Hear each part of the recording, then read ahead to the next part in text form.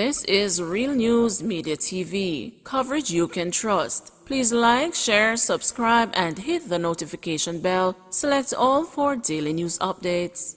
Good afternoon, my Real News Media TV family. Welcome back to the channel for another news update for July 14, 2023. And in the news this afternoon, Independent Councillor Miles, new Deputy Chairman of WMC. Ousted Deputy Mayor of Savannah Lamar, Danry Delancey, may not follow through with his threat of legal action. However, he is convinced that his three former People's National Party colleagues who conspired with the minority Jamaica Labour Party caucus to remove him from the position he has held for the past 12 years were driven by selfish political ambition. His former colleagues Ian Miles, Garfield James, and Leighton Mackenzie, councillors of the Little London, Sheffield, and the Grange Hill divisions respectively, resigned from the PNP on Monday, reducing the party's hold on the local authority to 1. During the monthly meeting of the Westmoreland Municipal Corporation yesterday, the three independent councillors joined forces with the four sitting JLP representatives to file a motion of no confidence against the Delancey, who represents the Bethel Town division.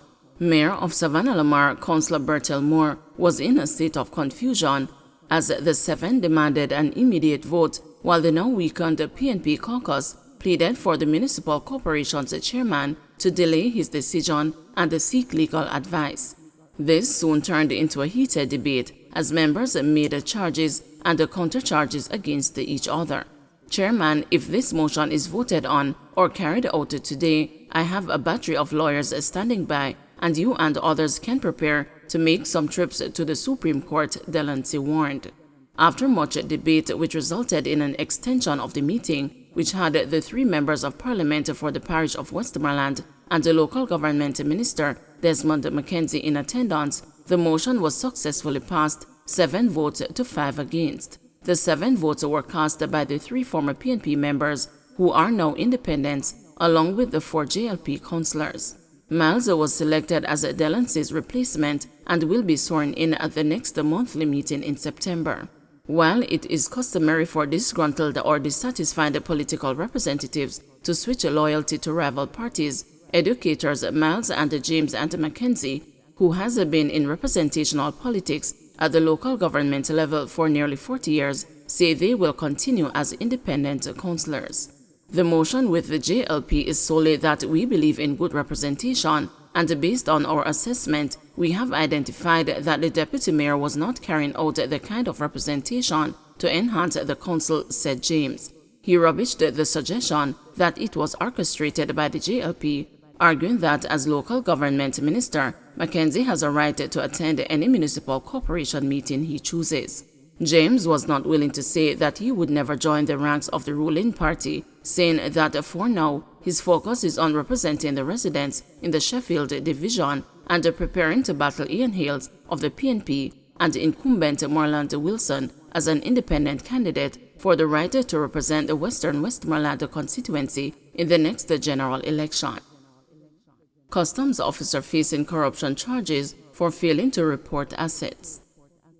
A customs officer who allegedly failed to disclose 17 bank accounts which she held from 2018 to 2020 is to be charged with breaches of the Corruption Prevention Act and the Integrity Commission Act. In a ruling released on Tuesday, Keisha Prince Kamiko, the Director of Corruption Prosecution at the Commission, said upon careful consideration, she determined that the customs officer, Sarita Howlett, should be charged for breaches of Section 15(2)(b) of the Corruption Prevention Act and Section 43(2)(a) of the Integrity Commission Act for knowingly making a false statement in a statutory declaration. In a report tabled in the House of Representatives on Tuesday, the Commission's Director of Investigation, Kevin Stevenson, said a probe was launched after it was alleged that Howlett failed to disclose certain assets in her statutory declarations filed for periods ending December 31, 2016 to December 31, 2020. The evidence gathered from various financial institutions showed that Ms. Howlett held 21 bank accounts during the period 2016 to 2020, which were not disclosed in her statutory declarations, said Stevenson. Notwithstanding the foregoing, 4 of the referenced accounts were closed within the year they were opened, prior to the close of the respective filing period 2020 and 2018. For this reason, only 17 of the 21 accounts formed a part of the DI's considerations in respect of the fines made herein, added Stevenson. He said Howlett reported only 2 of the accounts in her declarations to the Commission. According to the investigator, between 2018 and 2020, Howlett opened 13 accounts with several financial institutions. 4 were opened in 2018, 5 in 2019, and 4 in 2020. She also closed 11 accounts over the said period. Considering the frequency of Ms. Howlett's interactions with the accounts in question, her knowledge of the legal requirement to disclose same demonstrated by her disclosure of 2 of the accounts over the period, and the significant nature of her omissions, the question arises as to whether her omissions were deliberate or inadvertent. It is reasonable to deduce that the facts outlined above are in favor of the former, said Stevenson. He concluded that by her failure to disclose the accounts to the Commission, Howlett contravened the CPA and ICA by making false statements in the statutory declarations she filed with the Commission. But Stevenson reported that, notwithstanding the foregoing, he found nothing on the evidence to suggest that Ms. Howlett used the accounts inappropriately or that she committed any other breaches of the Corruption Prevention Act or the Integrity Commission Act. He referred his report to Prince Kamika, who ruled that Howlett should be charged. Legal showdown forces cancellation of JAS annual general meeting.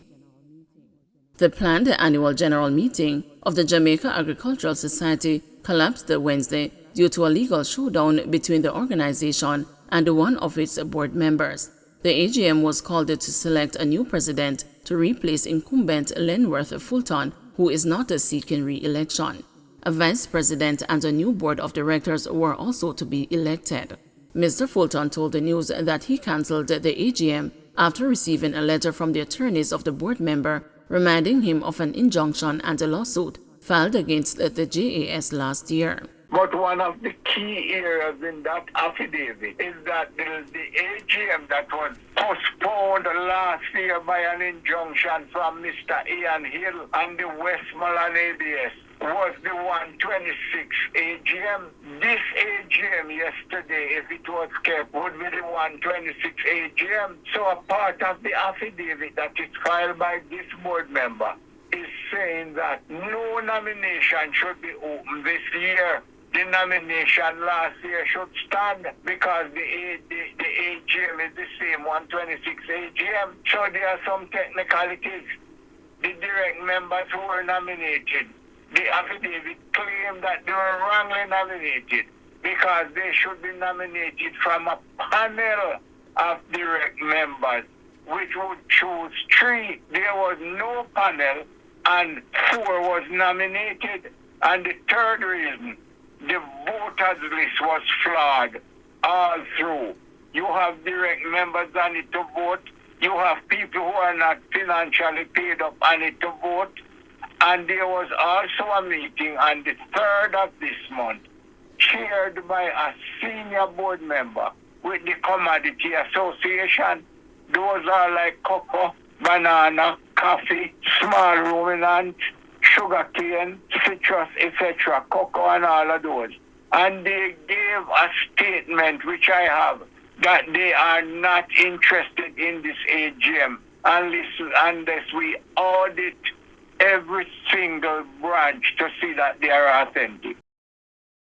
Don't forget to like, share, subscribe, and hit the notification bell. Select all for daily news updates.